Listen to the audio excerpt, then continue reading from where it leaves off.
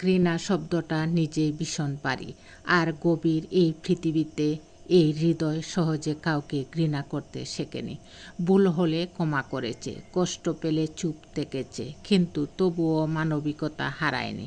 তবে কিছু মানুষ আছে যারা ইচ্ছাকৃত অন্যায় করে নিজের স্বার্থে অন্যকে কষ্ট দেয়, আর দিন শেষে নির্দোষের মুখোশ পরে ভিকটিম সেজে সহানুভূতি পুরায়। তখন এই হৃদয় তাদের জন্য আর কোমল থাকে না, কেমন যেন একটা নীরব ঘৃণা জমে যায় ভেতরে।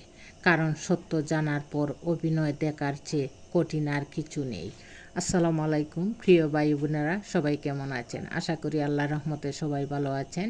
আজকে আর একটি সুন্দর ভিডিও নিয়ে আপনাদের মাঝে চলে আসলাম। আশা করি আমার সম্পূর্ণ ভিডিওটি দেখবেন এবং লাইক, কমেন্টস ও শেয়ার করে আমার পাশে থাকবেন। শত্রুর আঘাতে মানুষ শক্ত হয়, আর আপনজনের আঘাতে মানুষ বদলে যায়। শত্রুর আঘাত শরীরে লাগে, আর আপনজনের আঘাত মনে গিয়ে লাগে।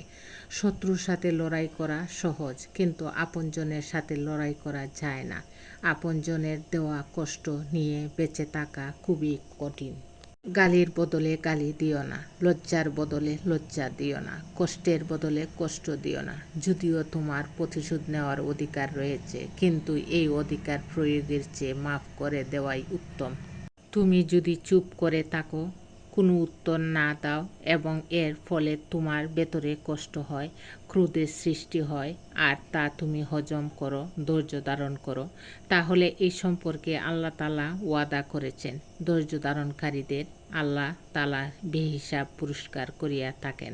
সুবহানাল্লাহ। দুনিয়ার প্রতিটি খারাপ ঘটনার আড়ালেই থাকে একটি ভালো দিক, যা আমরা তৎক্ষণাৎ বুঝতে পারি না। সূরা কাহাফ আমাদের শেখায়, অনেক সময় যা আমাদের কাছে খারাপ মনে হয় তার পেছনেও আল্লাহর গভীর হিকমা কাজ করে। তাই অভিযোগ নয়, ভরসাই আনে প্রকৃত শান্তি। একটা জিনিস বুঝলাম, ধনী হোক গরিব হোক, একটা ছেলে যদি চায় তোমার জন্য সব করতে পারবে, সবার সাথে লড়তে পারবে, কখনো রেগে বাজে কথা তো দূরে থাক, কাউকে বলার সাহসটুকু দিবে না।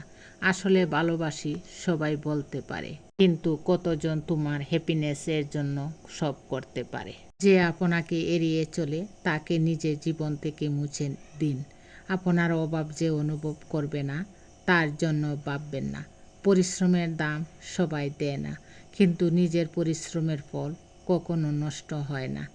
ভাগ্য নয়, নিজের কাজে আপনাকে বড় করবে।